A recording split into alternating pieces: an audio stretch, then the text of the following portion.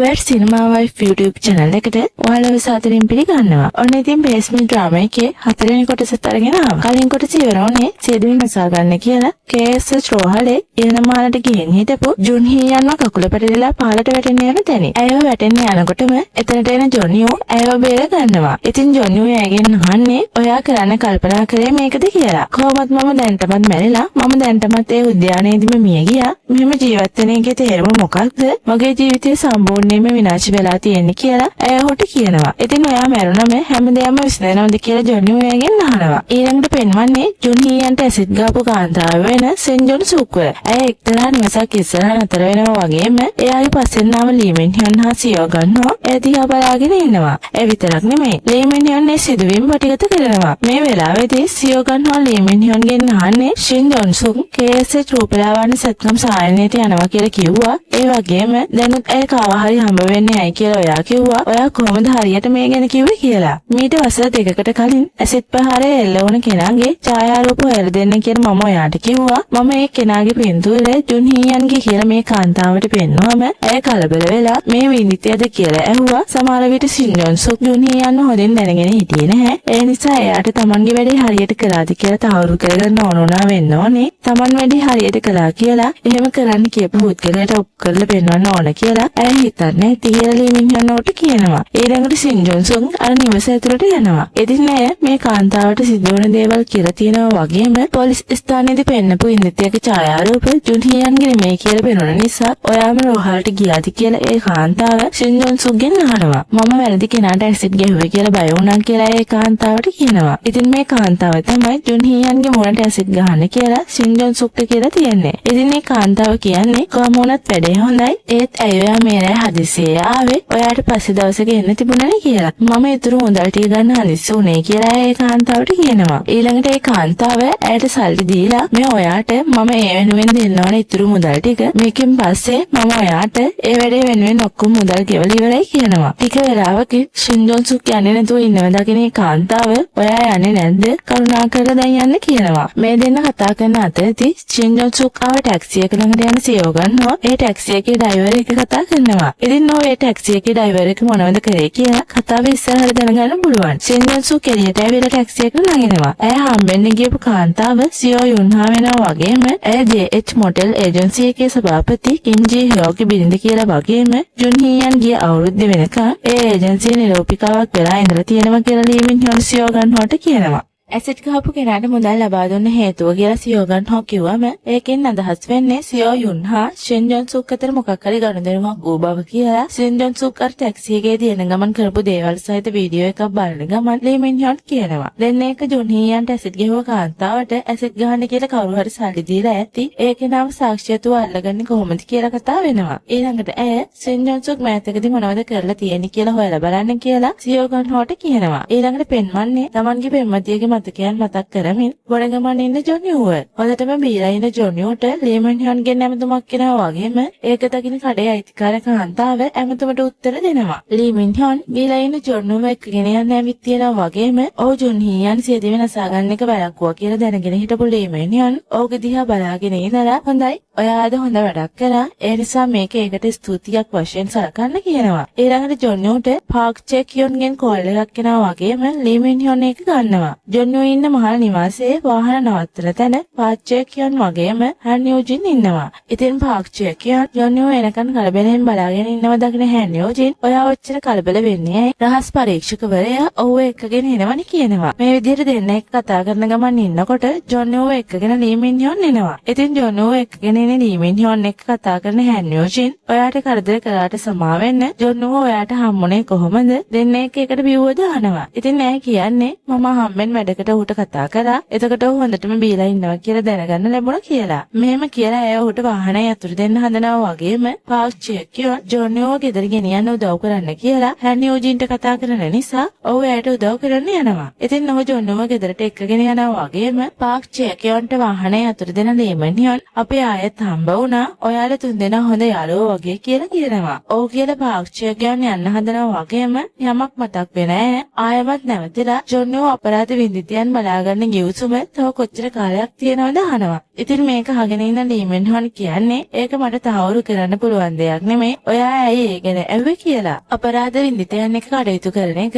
අධ්‍යක්ෂක චාට ලේසි වෙන්නේ නැහැ. මොකද ඔහුත් වින්දිතේ ඒක ඔයා දන්නවා කියලා වසර 7කට පෙර ඔහුට තමන්ගේ පෙම්වතිය හිම වුණා කියලා පාච්චේ කියන ඇයට කියනවා. ඊළඟට හැන්යෝජින් ජොන්නුව ඔහුගේ ගෙදරට එක්කගෙන ගිහින් තියනවා වගේම ජොන්නුව පුටුවක හාන්සි කරන ඔහු දැන් මේක අමතක කරන්න කාලය ඇවිත් තියෙනවද කියලා ඔහු දිහා බලාගෙන කියලා එතනින් යනවා. පාරේ පයින් යන ගමන් ඉන්න ලී මින් හොන්ට කෝල් කරන සියෝ ගන්නවා. සින් ජොන්සුගේ මෑත කාලීන ක්‍රියාකාරකම් වල අසාමාන්‍ය දෙයක් අපි හොයාගත්ත කියනවා. ඉතින් මේ මොකද්ද කියලා ලී මින් හොන් ඇහුවම ඇය නිතර ප්ලාස්ටික් සැත්කම් සායනයකට ගිහින් තියෙනවා. අපි වෙන් කිරීම වාර්තා සොයාගත්තා කියලා ඔහු කියනවා. ඊළඟ දවසේදී KSH රෝහලට එන එක්තරා පුද්ගලයෙක් ජොන්නුව හම්බ වෙලා ඡායාරූපයක් පෙන්නලා ඔහුගේ ඒ පුද්ගලයාගේ වගේ හදන්න කියනවා වගේම ඒක අහගෙන ඉන්න ජොන්නියෝ ඔයාට එල්ලා වැටෙන ඇසිපිය නැහැ. ඒ වගේම මේ හැඩේ කිසිම ප්‍රශ්නයක් නැහැ. ඒ තියෙන විදිය හොඳයි කියනවා. ඉතින් මේක අහන මේ පුද්ගලයා මම ප්ලාස්ටික් සැත්කම් ගැන දන්නේ නැහැ. ඔයාට බැරිද මං වෙනුවෙන් මේ පුද්ගලයාගේ වගේ මගේ ඇස් හදන්න කියලා අහනවා. මේ දේවල් අහගෙන ඉන්න ජොන්නියෝ ඔයාට මේ සැත්කම කරන්න අවශ්‍ය හේතුව මොකද්ද කියලා ඒ පුද්ගලයාගෙන් අහනවා. ඉතින් ඔහු කියන්නේ මට ඕන මේ පුද්ගලයා වගේ පේන්න විතරයි කියලා. ඊළඟට රාත්‍රියේදී ලී මින් හොන් ජුන්හියන් බලන් රෝහලට යද්දි නැවතත් කලින් හිටපු පුද්ගලයාම ඇගේ කාමරයේ ඉස්සරහා බලාගෙන ඉඳලා යන්න හදනවා දකින ඇය ඔයා දෙවෙනි පාරටත් මෙහෙම ඇවිත් ඉන්නවා මම දැක්කා. ඔයාට රෝගියා එක්ක සම්බන්ධයක් තියෙනවද? මට පේන හැටියට ඔයාට කියන්න දෙයක් තියෙනවා වගේ කියලා ලී මින් හොන් ඒ පුද්ගලයාට කියනවා. ඉතින් ඔහු කියන්නේ ඒ අපේ දුවගේ යාළුවෙක් ඔයා කිම් ජී හ්යොක් දන්නවද කියලා. ඔව් ඒ කෙනා ගැන මොකද කියන්න පුළුවන් කියලා ලී මින් හොන් කිව්වම ඒක මගේ අදහසක් විතරයි. ඒත් සමහර විට මේ සිදුවීම කිම් ජී හ්යොක් සමග සම්බන්ධ වෙන්න පුළුවන් කියලා ඒ පුද්ගලයා කියනවා. ඔයා එහෙම හිතන්නේ ඇයි කියලා ලී මින් හොන් නැවත ඇහුවම අපේ දුවත් ඒ පුද්ගලයාගේ සමාගමේ නිරූපිකාවක් වෙලා හිටිය කියලා ජුන්හියන් එක්ක ඇයගත්ත ඡායාරූපයක් ඔහු ලී මින් හොන්ට පෙන්වනවා. ඊළඟට ජුන්හියන්ව බලන්න යන ලී මින් හොන් ඇයට ඇසිඩ් ප්‍රහාරය එල්ල කළ කාන්තාව කිම් ජී හ්යොක්ගේ නිවසේ සේවය කළ කාන්තාවක් කියලා කියනවා වගේම ඒක අහගෙන ඉන්න ජුන්හියන් ඒ මිනිස්සයා දැන් ඉන්නේ හිරේ කියලා කියනවා. ඉතින් ලී මින් හොන් කලින් බලවන ප්‍රවෘත්තිය ඇයට පෙන්වලා පසුගිය වසරේදී කිම් ජී හ්යොක් සම්බන්ධ ඒ ලිංගික අතවර නඩුව නිසා සියදිවි නසාගත් නිරූපිකාව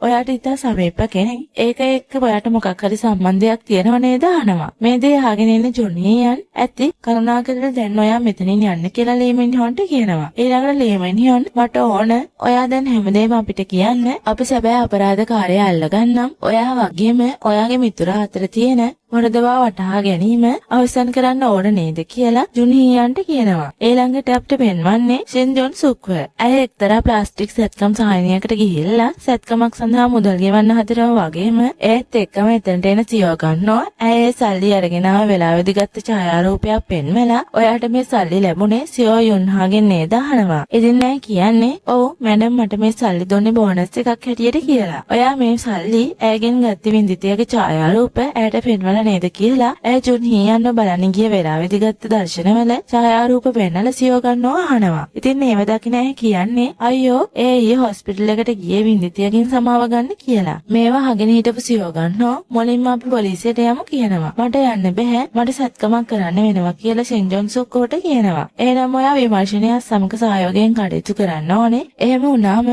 ඔයාට පුළුවන් ඉක්මනට සත්කම කරගන්න පුළුවන් කියලා සියෝ ගන්නවා කියනවා. ඉතින් සින් ජොන් සුක් නැහැ දිනිය කියලා එතන සල්ලි ගන්න කවුන්ටරේ ළඟ හිටපු කෙනා දිහා බැලුවම ඔයා ප්‍රශ්නේ ඉක්මනින් විසඳගෙන අපිට කියන්න. ඊට පස්සේ අපි ඔබට වහාම සත්කම කරන්න කටයුතු කරන්නම් කියලා එතන හිටපු කාන්තාව ඇයට කියනවා. ඊළඟට සියෝ යුන්හා ගෙදරින් එළියට යන්න හදනවා වගේම ඇය එළියට එනකම් බලාගෙන හිටපු ලී මින් හොන් ඇතුළු කණ්ඩායම ඇයව අත්අඩංගුවට ගන්නවා. අත්අඩංගුවට ගත්ත සින් ජොන් සුක් සියෝ යුන්හා එක්ක කතා කරපු දේවල් වල රෙකෝඩ් සියෝ ගන්නවට ලබා දෙනවා වගේම සියෝ යොන්හාගේ සිරගෙදරින සැමියගෙන් ඇයට ලැබුණු ලියුමකුත් ඔහුට දෙනවා. මේකේ සම්පූර්ණ අපරාධ සැලැස්ම ලියලා තියෙනවා කියලා. ඊළඟට අපිට වෙන්නන්නේ සියෝ යොන්හාගෙන් ප්‍රශ්න කරමින් ඉන්න ලී මින් හොන්ව. ඉතින් අවසානයේදී ජුන්හියන්ට කරපු මේ ඇසිඩ් ප්‍රහාරය සැලසුම් කරපු පුද්ගලයා කිම් ජී හ්යොක් කියන මීට වසර කිහිපයකට කලින් ලිංගික අතවර නඩුවකට හිරේ ගියපු කෙනෙක් වගේම මේකට ඔහුගේ බිරිඳ වන සියෝ යොන්හා උදව් කරලා තියෙනවා කියලා මේ සඳහා ඔවුන් Tamanගේ නිවස සේවය කළ කාන්තාව යොදාගෙන තියෙනවා තියෙනවා කියලා හෙළි වෙනවා. ඉතින් මේ දේවල් රෝහලේ ඉන්න ජුනියන් නිවුස් වලින් දැනගන්නවා වගේම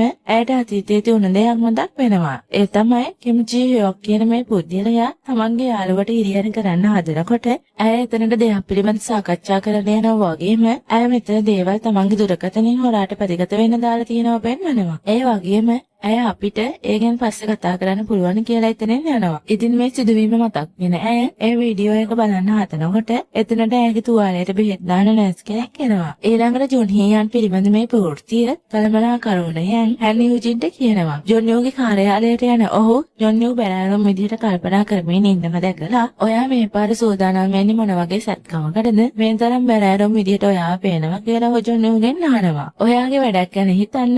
ඒ ඔයාගේ රෝගියා නෙමෙයි කියලා ජොන් යෝට පිළිතුරු දෙනවා.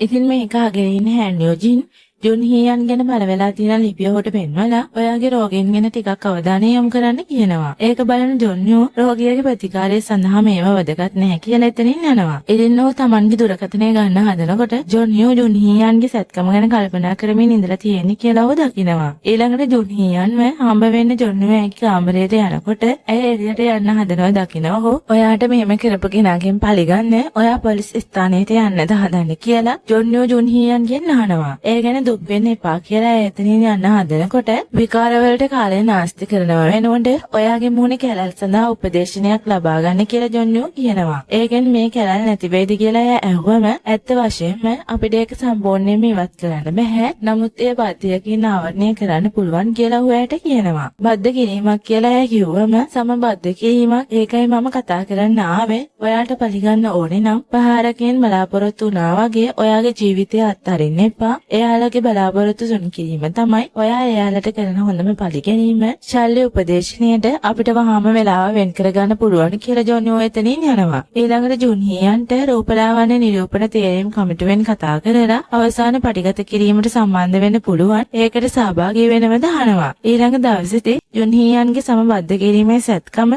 ජොන් යෝ විසින් සිදු කරනවා පෙන්වනවා. ලී මින් හ්යොන් KSH රෝහලට වෙලා ජොන් යෝ ගැන හොඳ කියලා පළ වෙලා තියෙන ලිපි සතුටින් බලමින් ඉන්නකොට ජොන් යෝ එතනට එනවා. ඉතින් ඔහු දකින ඇය ඔහුට ස්තුති කරනවා වගේම ඔයා මෙහෙ ඉන්නේ සත්කම් වාර්තා ලබා ගන්නද කියලා ජොන් යෝගෙන් අහනවා. ඔයා ඒවා මට ලබා දෙනවා නම් මම ස්තුතිවන්ත වෙනවා. ඒවා විනිතියගේ හානිය තහවුරු කරන්න ප්‍රයෝජනවත් වෙයි කියලා ඇය ඔහුට කියනවා. ඉතින් ඔහු සත්කම් වාර්තා දෙන්න කැමති වෙලා ඔහුගේ කාර්යාලයට යන්න යනවා වගේම යන්න හදන ඔහුට ඔයාට ස්තුතියි. අපි කොච්චර අපරාධ කරුවන් අල්ලගෙන නඩු විසඳුවත් වැඩක් නැහැ. පොලිසියට විනිතියන්ට සුවය ලබා ගන්න කෙනෙක්ම උදව් කරන්න බෑ. ඒත් වෛද්‍යවරයෙකුට ඒ දේ කරන්න පුළුවන් කියලා ලී මින් හ්යොන් කියනවා. ඉතින් ජොන් යෝ මම කරේ ප්ලාස්ටික් සත්කම් කරන එක විතරයි කියනවා. අයියෝ එච්චර වෙන්න බෑ. මූණේ කැලල් ඉවත් කිරීමෙන් විතරක් ජුන් හීයන්ගේ හදවතේ ඇති වුණ තුවාලය හොඳ කරන්න බෑ. ඒත් ඔයා එයාගේ බාහිර තුවාල වලට වගේම අභ්‍යන්තර තුවාල වලටත් ප්‍රතිකාර කළා. ඒක නිසා වෙන්නේ ඇති සමහර අය ප්ලාස්ටික් සත්කම් වලට මනෝ සත්කම් කියලා කියනවා ඇත්ත කියලා ලී මින් හ්යොන් උට කියනවා. ඉතින් ඒකේ කතාව අහගෙන හිටපු ජොන් යෝ කාර්යාලයට යන්න හදනවා වගේම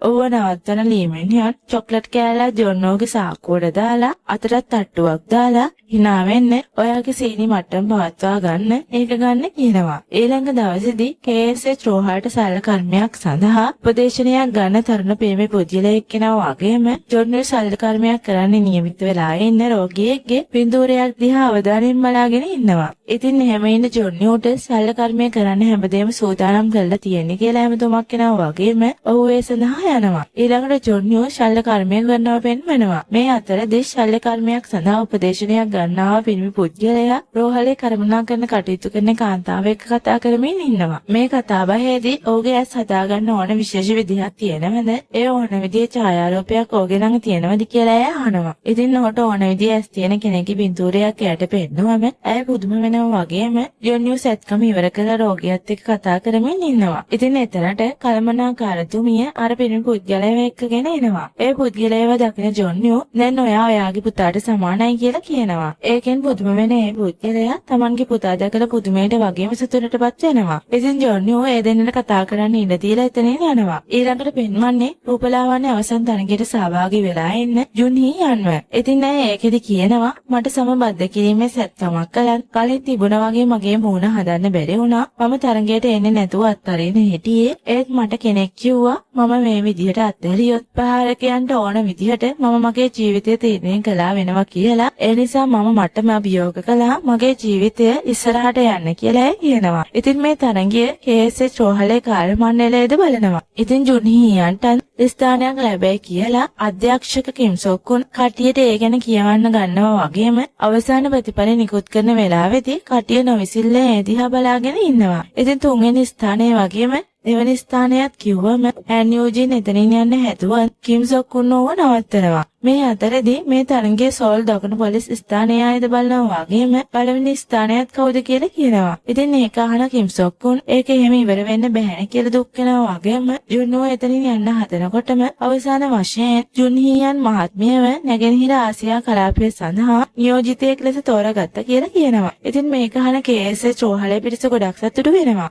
ඒ විතරක් නෙමෙයි සෝල් දකුණු පොලිස් ස්ථානයේ පිරිසත් මේ ගැන සතුටු වෙනවා. ඊළඟ දවසේදී ජොන්හෝට ජුන්හියන් ගෙන් ස්තුති කරලා තෑග්ගක් ලැබිලා තියෙනවා වගේම රාත්‍රියේදී ලීමින්හියන් වැඩ ඉවර වෙලා යන්න හදනකොට සියෝගන්නෝට කාර්යක හොරකම් කරපු පුතියලයාගේ වීඩියෝ දර්ශන වගේක් හම්බ වෙලා ඒක දෙන්න එක බලනවා. ඉතින් මේ දර්ශන වලත් ඒ පුතියලගේ මූණ හරියට පේන්නේ නැහැ. ඒත් ඒ කෙනාව දකින ලීමින්හියන්ගේ මූණ අමුතු වෙනවා වගේම ඔයා සැක කරන කෙනෙක් ඉන්නවද කියලා සියෝගන්නෝ ඇහුවම නැහැ. ඒත් මේ කෙනා හොරු පුරුදු බවක් දැනෙනවා කියනවා. ඊළඟට ඔයා කලින් අල්ලගත්ත අය අතර මේ කෙනාට සමාන පෙනුමක් තියෙන කෙනෙක් ඉන්නවද කියලා සියෝගන්නෝ අහනවා. මට ඒ ගැන හිතන්න වෙනවා. මම ගමනක් යනවා. මට මේ වීඩියෝ එක එවන්න කියලා ලීමින්හියන් එතනින් යනවා. ඊළඟට රාත්‍රියේදී KSH රෝහල දිහා කළු වෙනගත්ත මූණ ආවරණය කරගත්ත කෙනෙක් බලාගෙන ඉඳලා යනවා පෙන්වනවා. ඒ වගේම ගෙදර යන්න වාහනේ ළඟට ආව ජොන්යෝ Tamanගේ දිහා කෙනෙක් බලාගෙන ඉන්නවා. වාහනේ කණ්ණාඩියෙන් දකිනවා වගේම ජොන්යෝ ඔහුගේ ළඟට යන්න හදනකොට ඒ පුද්ගලයා දුවනවා. ඉතින් ජොන්යෝත් ඒ කෙනාගේ පස්සෙන්ම දුවලා අල්ලගත්තත්